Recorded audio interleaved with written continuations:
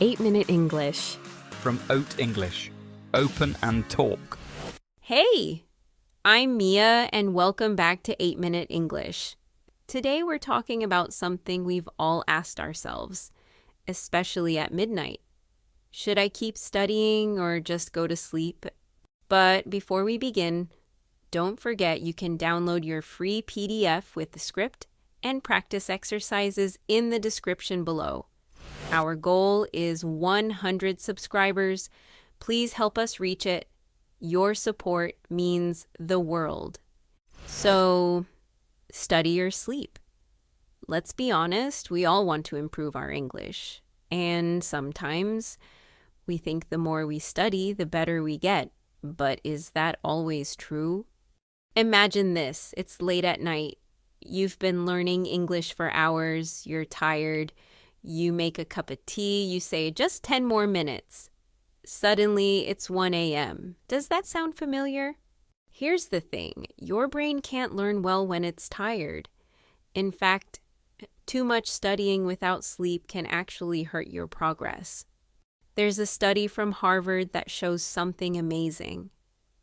Sleep doesn't just rest your brain. It helps your brain remember. Yes. While you sleep, your brain organizes the new words, phrases, and grammar you learned during the day. It's like your brain has a little librarian inside, putting things in the right place. So when you go to sleep after studying, you're not wasting time. You're helping your brain work better while you rest. Cool, right? I know what you're thinking, but I don't have time. I want to learn faster. Here's the truth. Learning faster isn't about doing more. It's about doing it smarter. So if your eyes are closing, your head feels heavy, and you're reading the same line 5 times, stop. Go to sleep. And start fresh tomorrow. And when you wake up, review a little. You'll be surprised at how much you remember. So, what's the best plan? Here's what helped me. 1. Study in short blocks. 25 to 30 minutes is enough. 2. Review before bed. Just a quick look at your notes. 3. Sleep at least 7 hours. Your brain needs it. And hey, if you feel tired, don't feel guilty. Rest is part of learning too. The real goal isn't to study the longest. It's to keep going, day by day, step by step. And there's something else. Have you ever noticed how your English feels better after a good night's sleep? There's a reason for that. When your brain gets enough rest, your memory, focus, and confidence all improve. Even your pronunciation can sound smoother. Why? Because your brain and mouth are in sync when you're rested. So next time you're preparing for a test, or a conversation, or a big presentation, remember, rest is not the enemy. It's your secret tool. Let me tell you a quick story. Last year, I had an English student named Leo. He worked hard, maybe too hard. He stayed up late, studied every night, drank too much coffee. But after a few weeks, he was tired, frustrated, and felt like he was forgetting more than he was learning. So I gave him a challenge. Sleep 8 hours for 1 week and just review English for 20 minutes each evening. Guess what? 1 week later, he said he felt better, remembered more, and even enjoyed learning again. Sometimes less really is more. Want to study better without staying up late? Here are 5 tips that really helped me. And they're backed by science, not just my own story. Tip 1. Learn earlier in the day. Your brain is fresh in the morning or early afternoon. At night, your energy drops and you get distracted more easily. So instead of studying at 10 p.m., try 4 p.m. Just 20 minutes can be enough. That one switch saved me so many hours and headaches. Tip 2, set a study time and make it a habit. When you study at the same time every day, your brain gets ready. It's like, oh, it's English time.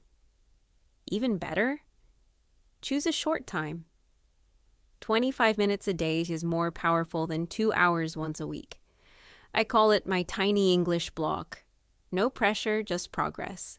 Tip 3, always review. Don't just learn new things. New words are exciting, but review makes them stick.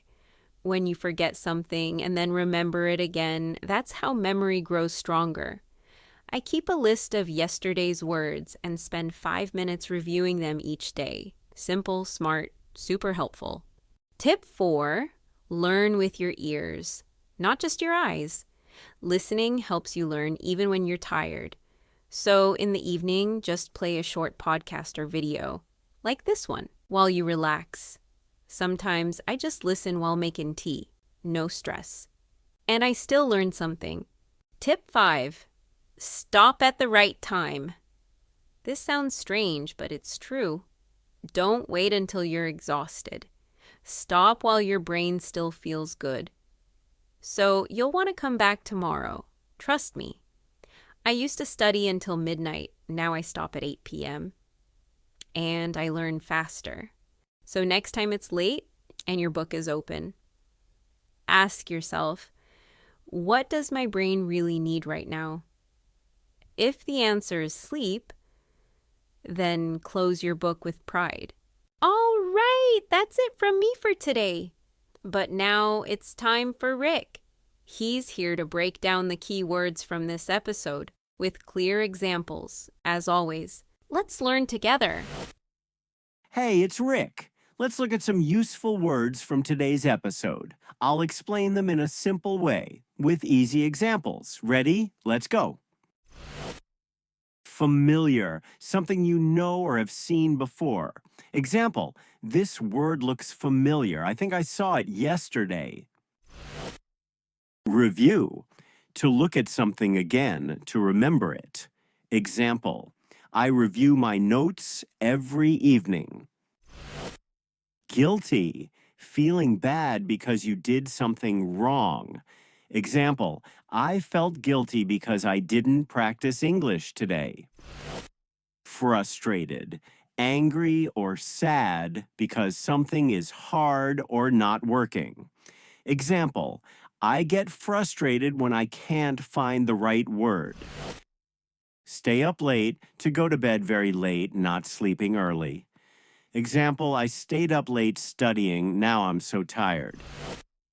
Exhausted, very, very tired.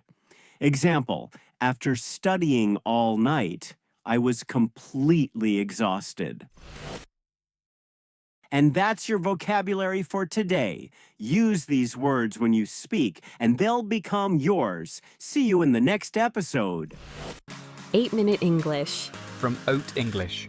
Open and talk.